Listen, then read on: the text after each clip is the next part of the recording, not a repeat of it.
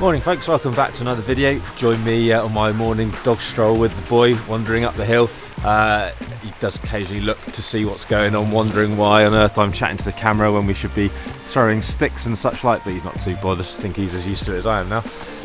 The eagle-eyed amongst you might spot I'm wearing glasses, which I don't usually, and the even more eagle-eyed amongst you might realise actually don't have any lenses in. I just put them on for a bit of an effect to set the scene for this video. I used to wear glasses for a number of years. I thought I'd do a quick video on some sort of top tips for how to sort of cope in the mountains in bad weather when you're a glasses wearer, because actually it can be a bit of a pain in the butt.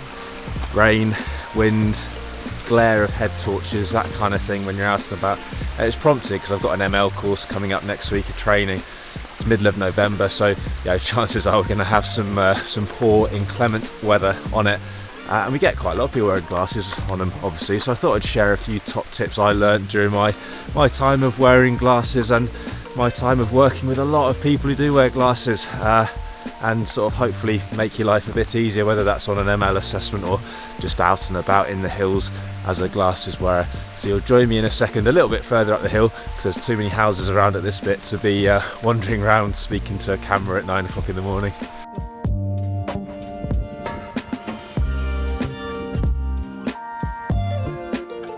Right, we've made it back into the hills and out in the wild, so it's a bit safer for me not to get embarrassed if someone comes around the corner. So the top tips themselves for making your life easier as a glasses wearer. Top tip number one, and this is what I did quite some time ago, about 15 years ago now.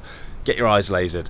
Now this is a pretty extreme one, and it's absolutely not going to be for everyone. I am not a specialist in eyes or a doctor of any description whatsoever, so if it's something you want to investigate, get some proper advice. And obviously you can't go and laser your own eyes, so you have to get advice anyway. You've got to have a stable prescription and stuff like that, and you obviously have healthy eyes and stuff. But for me, 15 years later, best money I've ever spent on anything in my entire life, for sure it is. You've got to accept that you've got to like the smell of burning hair, because what happens is after a few various bits and pieces, they put a thing on your eye that sort of sucks it into place, which is a bit uncomfortable, I found. I don't know if they still do it like that, it was quite some time ago. And then you see this little red dot dancing around your eye, and that's the laser, and then you get this smell of burning hair, and that's your eyeball being reshaped basically. But flipping brilliant, waking up that next morning and being able to see like pretty much perfectly, what a game changer. My eyes were pretty bad, short-sighted, so I had to wear either glasses or contacts every day, like as soon as I woke up. So to be able to wake up and just see, if you don't have really bad eyes and you're watching this, you won't appreciate quite what a sort of a miracle that is. So the most extreme thing, number one, get your eyes lasered. Slightly less extreme is try contact lenses if you haven't already. Not for everyone. I'm going to put the camera down now because my arm gets knackered holding this camera up for ages. So bear with me just a second. Hey, that's pretty good. So yeah, contact lenses are a really good idea. That's what I used to do in the mountains. Again, there's health caveats there, so get specialist advice and everything. But for me, they worked really well. I used to have ones that you sort of took out every day and had to give them a little wash, which can be a bit problematic, obviously, in the mountains and stuff with dirty fingers and stuff. So you've got to make sure that your hygiene is up to scratch in terms of cleaning your hands and stuff like that. Or you can just get ones that you sort of leave in for 30 days, and there's various different types, isn't there? So I'm not going to give advice on that anymore, but contacts are a good option. Now some people only need to wear glasses for like close-up map work and stuff like that. So contacts might not be the right choice there, because those kind of people can see fine off into the distance and everything, but then need to put something on for the map stuff. And if you correct it so it's good for the maps, is it then rubbish for the normal sighted stuff? Yeah, it might be. So what some people have tried with success is just wearing one contact lens. So again, get advice from your optician.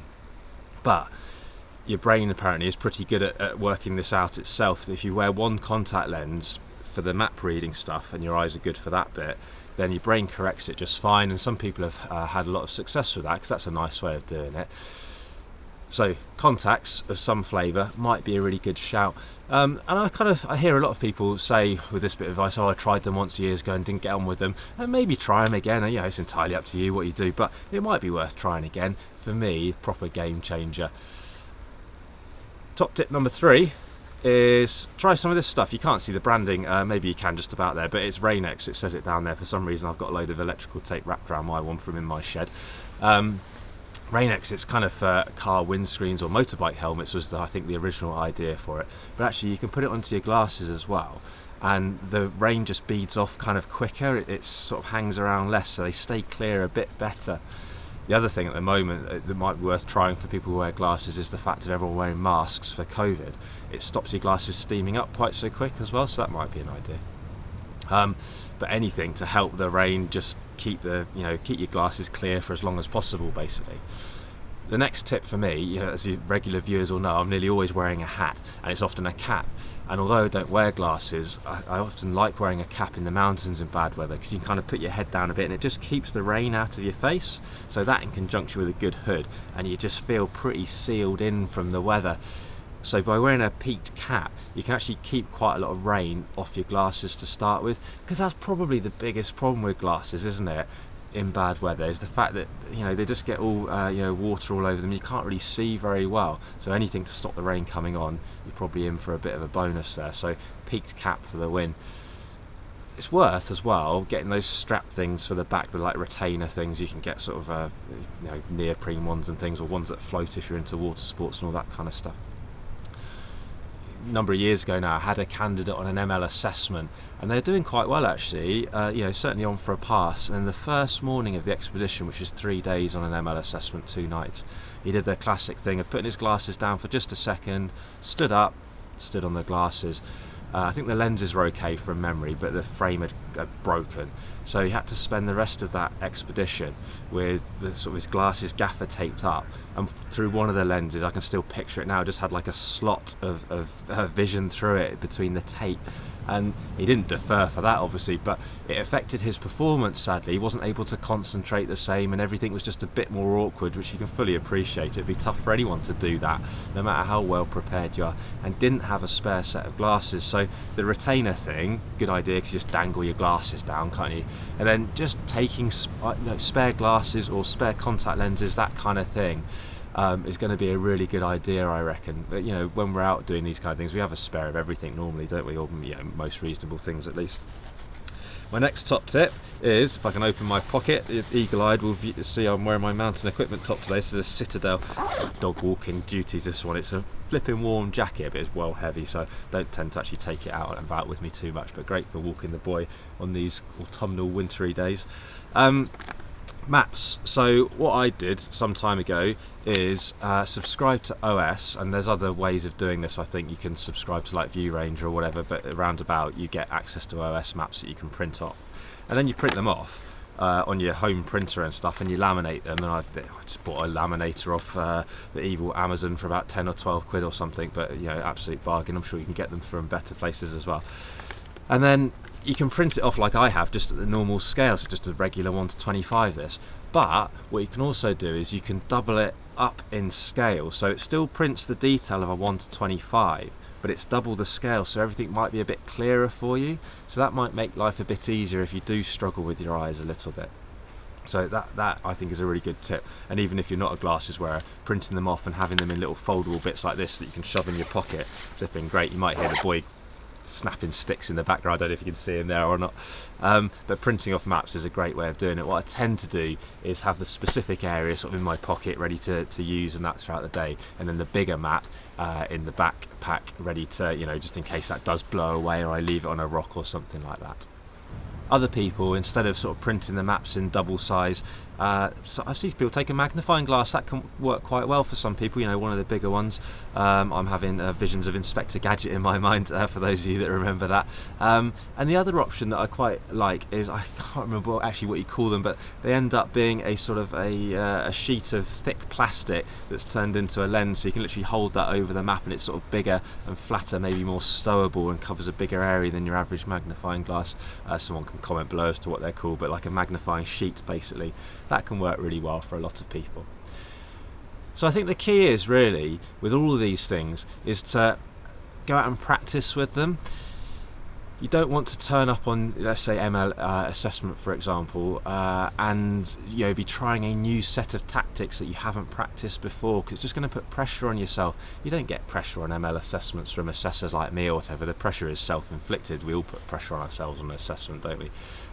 But practice these things beforehand. I watch a bit of MasterChef every now and then. Not that I'm really into cooking particularly, but I like this show. But sometimes you'll see someone go onto that, and they're preparing some food for the judges, and they'll say, oh, how many times have you done this dish? And they're like, oh, I've never done it before, I'm just trying it for the first time today. And nearly all the time they mess it up because they haven't practiced. So whatever tactics you come up with, just go out and practice them a bit beforehand. All right. So what did we have? We had lazier eyes, extreme option number 1. Contact lenses of some flavour, semi-extreme, and then the order might be wrong for how I said this, but things like wearing a cap, Rain-X, your glasses retainer, printing the maps out double size, your magnifying glass or magnifying sheet. I think that was most of the things, wasn't it? I'm struggling to remember now what I said. Put in the comments below though, if you've got your top tips yourself, great, put them below, because it's been like 15 years or so since I've had to wear glasses, although I've worked with plenty of them, like I say. I might have forgotten some of my top tips, so put them below, they might be useful for other people, and do fire away with questions, same as always. Happy to answer as best I can. I hope that video has been interesting. I think a bit shorter than my normal one, maybe. We'll touch some wood quick. But do fire away those questions, and fire us on Insta, fire us on Facebook. Click that like button, smash the subscribe button, massively appreciated. Well over 5,000 subscribers now, which is proper mind-blowing. So thanks for your continued support. Absolutely flipping ace. I'm going climbing now because I think the weather's actually quite nice, so I'm going to go up onto the Orme. So I hope you have a great day, whatever you're up to as well. But thanks very much for watching. More videos coming up very soon.